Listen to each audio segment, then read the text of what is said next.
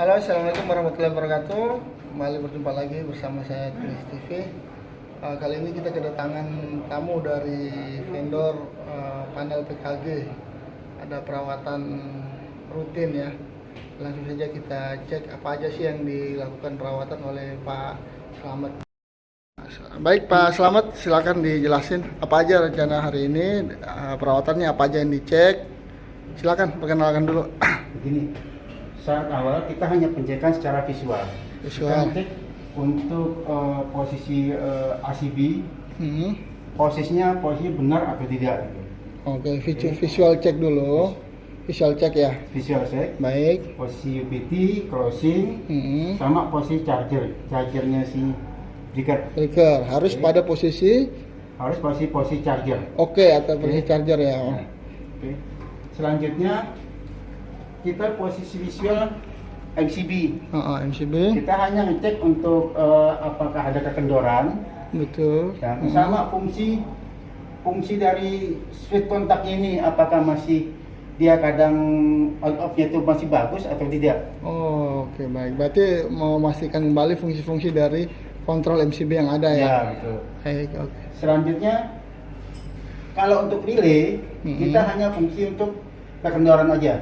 Berarti tightening aja Pak ya. Tightening aja. Karena dia nanti kalau untuk fungsi tes berfungsi itu nanti kita tes secara running secara manual. Running secara manual. Itu Berfungsi untuk mengetahui atau tidak kontrolnya. fungsi kontrolnya ya. Nggak perlu kita tes pakai beban ya. Nggak bisa. Oke, baik. Selanjutnya tes di terminal. Ke terminal kita hanya untuk tightening aja, kekencangan. Kalau terminal tightening sama berarti ya. Sama. Selanjutnya untuk tes baterai charger. Ini baterai chargernya. Kita nanti cek tegangan incoming sama outgoingnya. Itu normal atau tidak. Sama outputnya. Keluar tegangannya berapa volt nih? Ya, incomingnya berapa, outgoingnya berapa Pak? Normalnya Kalau Pak? incoming dia kan 380 volt. Oke. Incomingnya untuk power di baterai. Outgoingnya itu DC untuk ngecas baterai. Normalnya itu keluarnya di 27 atau 26. Itu di 24 volt. 24 volt. Tapi sering di layar kita lihat 27 ya, itu normal berarti. Normal masih. Normal itu ya. untuk chargingnya. Itu charging ya. Tidak normalnya di berapa Pak? Kalau misalnya lebih dari 28 itu harus dicurigai. Paling bawah? Oh, itu bocor ya kalau 28. Kalau chargingnya dia itu minimal ya itu 26 ke bawah. Kalau 24 dah nggak normal tuh. Kalau 24 masih normal. Itu dia kan 20. keluar tegangannya kan di 24 volt. Kalau 20 udah Kalau 20 masih harus dicurigai. Curiga. Oh ya, baik. Masalahnya kalau kita ngecas di baterai misalnya 20 volt, untuk ngangkat starting si motor starternya kadang nggak kuat. Iya. Gitu ya. Berarti poin-poin ini yang pertama tadi ACB-nya dulu, Terus MCCB, habis itu MCCB-nya, relay, terus ke terminal sama baterai charger, terus Terus selanjutnya ke visual depan, kita cek untuk ampernya, dia ngecas ke baterai charger baterai yang di aki yang di genset. Oke. Selanjutnya untuk power metering, kita cek nih berapa volt, ampere, kW, sama ada cosby-nya juga ada dia. Oke. Terus untuk voltnya, tegangan untuk ngecas si baterainya, ya. Terus modul. Nah, selanjutnya untuk tes fungsi. Tes fungsinya ada limited push bottom, sama selector, selanjutnya emergency. Terus emergency, oke. Penjelasan sedikit lah tentang ACB-nya tadi Pak, lebih detail lagi tadi. Sistem kerjanya tadi gimana tuh Pak? Perintahnya dari awalnya dari mana? Gini, ACB itu syarat untuk bisa closing itu harus UPT sama closing ini dapat tegangan. Oke. Selanjutnya, tapi posisi motores sudah charging. Sebelum dapat tegangan dia udah charging duluan motor resnya apa gimana? Sebelum itu harus charging dulu. Harus standby dulu ya, standby charging. Oke. Setelah UPT sama closing dapat tegangan dia akan close. Otomatis. Oke, Jadi kita nggak perlu pompa lagi karena sudah digantikan sama charging. Charging itu penggantian pompa yang betul.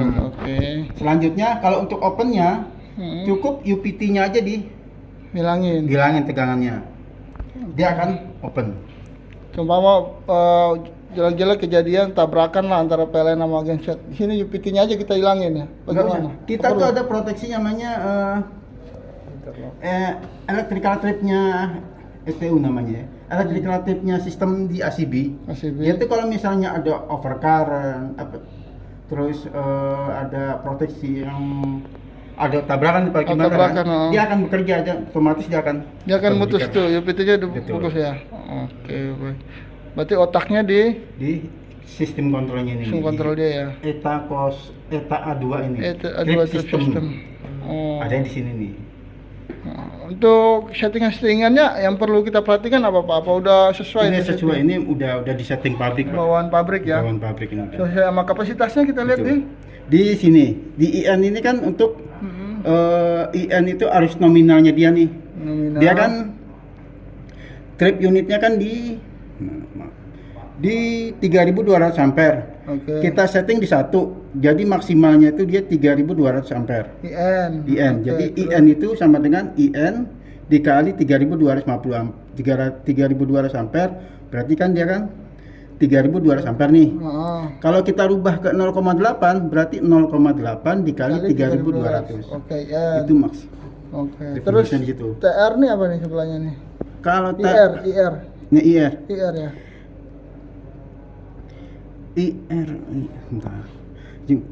Kalau IR ini fungsinya buat apabila terjadi short circuit atau breaking capacity, setting time-nya berapa second nih?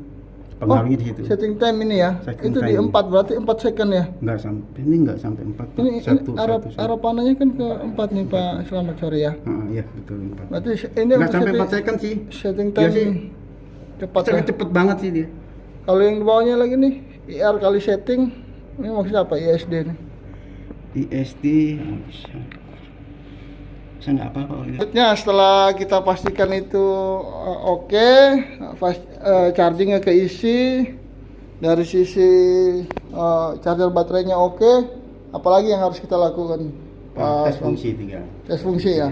Oke. Berarti sekarang tinggal pemasangan kembali ya. Ayo monggo Pak Slamet. Minta pasang lagi ya. Oke.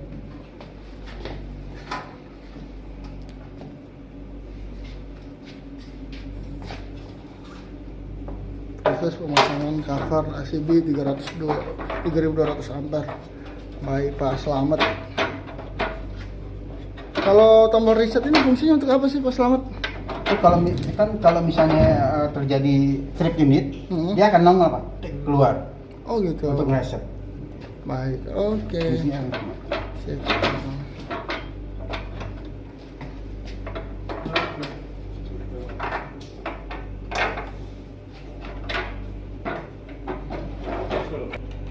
Kalau ini proses tightening masing-masing kontrol.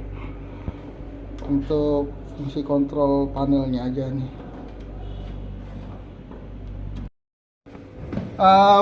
Pengecekan baterai charging untuk mengetahui baterai charging masih bagus apa tidak. Pertama menggunakan multitester, kita arahin kepada voltmeter. Inputan AC. Kita lihat input AC-nya dia di antarpasnya 393 RS, RT-nya 394. Oke. DC. Sekarang kita outputnya di DC, kita arahin ke outputnya di 27 volt DC. Artinya terisi dengan baik ya. Masih bagus. Oke. Jadi ngecas ke aki genset itu tegangannya di 27,39 volt. Oke. Di sini kita cek di ujung genset sana dapat segitu nggak ya? Oke. Sekarang kita pindah ke gensetnya. Jadi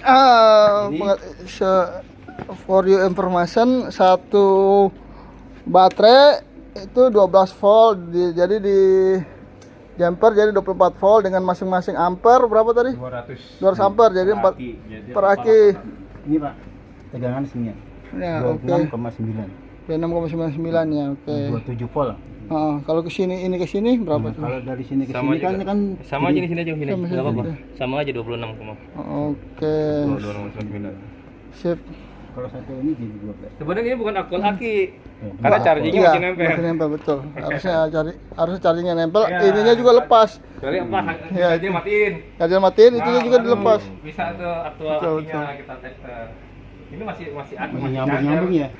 Oke guys, kita kembali ke Pak Firman sekarang untuk perawatan genset. Yang perlu diperhatikan apa aja Pak Firman, mungkin bisa jelasin? Pertama kita dari fuel dulu sistemnya ya, sistem Ya, fuel. sistem. Kita lari ke separator, kita cek untuk glassnya. Glassnya? Apa ada kadar airnya di bawah. Hmm. Untuk yang ini kita cukup baik ini bahan bakarnya, solarnya cukup bersih, tidak ada air genang di bawah Oh gitu. ya. Lalu kita cek valve-valve di sini, kita Pastikan. mainkan apakah berfungsi atau tidak. Gitu. Misalkan ini harus open semua karena engine kita statusnya auto. Oke. Setelah itu kita masuk ke sini, Oke. ke inputan, lalu lari ke hand pump, Hand pump itu ya. rapid pump gitu kan, lari ke filter. Filter. Gitu. Nanti kita langsung ke untuk fuel sementara itu aja. Oh, Kita ke baterai, pengecekan di RAK aja sih, simple. baterai. RAK-nya kita lihat volumenya, levelnya berapa. Levelnya harus patokannya gimana sih Pak? Kita harus ada sebenarnya dari samping sini ada Pak, high sama low-nya. Ngomong apa? Dari sini nggak ada. Dia biasanya kalau emang di sini nggak ada levelnya, kita di ujung sini aja Pak. Patokannya Di ujung yang ini aja nih, merah ini. Oh, berarti Jadi- itu kurang dikit ya? Dikit nggak, ini nggak masalah sebenarnya, itu lebih dari dia, lebih dari. Karena saya lihat di manualnya tuh dia di antara tuh high sama low di tengah-tengah Iya itu ya. betul. Nah, saya tempel di situ. Ini indikatornya tuh yang kemungkinan ada sebelah untuk Yuasa ini. Pokoknya sekitar situ lah biasa kita kalau ngasih Oke. info dari awal. Oke, selain RAK berarti tadi udah kita fuel, ke free cleaner. Free cleaner ini bisa ini dilepas. free cleaner. Kalau emang dia kotor atau berdebu, cuci dengan rinso ataupun sabun. Nanti keringkan kembali. Kalau hanya cuman biasa seperti ini, nggak terlalu kotor. Kotor gitu. banget. Iya, kita Cuman tubahin aja dulu ya. kebas aja kayak Iya, gitu ya. biar debunya hilang. Makanya ini nggak ada debunya, kalian masih bersih. Masih bersih ya. Kemarin habis dibersihin juga sih Iya, ada ini teman-teman. kita kembali aja nggak masalah. Ya, oke, tinggal pasang lagi. Apa namanya itu? Air cleaner? Free cleaner. Free cleaner ya? Ya, jadi kita nggak menggunakan elemen tabung seperti itu, udara biasa. Hmm. Oke, selanjutnya Paling kita lari ke bagian ini aja Pak, pengecekan ini aja nih. Klaim air apa ada kebocoran. pengecekan kebocoran Iya. ya pada klaim-klaim air. Iya, sama cek air radiator di atas. Radiator. Oke, itu yang air radiator tuh yang selang apa yang sebelahnya sih Pak ya? Itu Pak, air radiator ini kita ini selang ini untuk ini Pak, untuk hawa panas dari mesin kita keluarkan keluar. Oh ya, oke. Kalau Apa? untuk yang ini pipa air radiatornya, sirkulasi. Ini sirkulasinya ya. Iya. Dari bawah sini ya. Iya, dari Bawah balik ke atas terus lagi. dipompa, lari ke atas. Selama termostat tidak membuka, dia tidak akan lari ke atas. Jadi dia hanya berputar di sekitar engine aja. Nanti sekitar berapa derajat. Kalau udah dingin banget Iya. baru dia kembali ya. Iya, nanti dia setelah dia ngebuka termostatnya baru langsung ke radiator, didinginkan oleh kipas, Oh. oleh kisi-kisi radiator, lalu diisap kembali oleh water pump. Seperti itu aja sih. Oke, sip. Selain itu, Dan itu mungkin kita ya paling clean area jaset aja Pak. oh ya, oke. Iya, biar kelihatan bersih. Mm-mm. Saya mau nanya sedikit Pak, tadi hand pumpnya untuk apa ya Pak hand pump ini? Hand pump ini kita Dia fungsinya fungsinya kalau berapa? bila ada masuk angin biasanya nih apa Kalau namanya kalau kalau kehabisan solar. ngisi solar habis Ya, betul, masuk angin. Kehabisan solar kita isi kembali, pasti di sini tuh ada angin di sekitar pipa ini. Iya betul. Nah, jadi kita harus pompa di sini. Dan jangan lupa di sini dibuka Pak.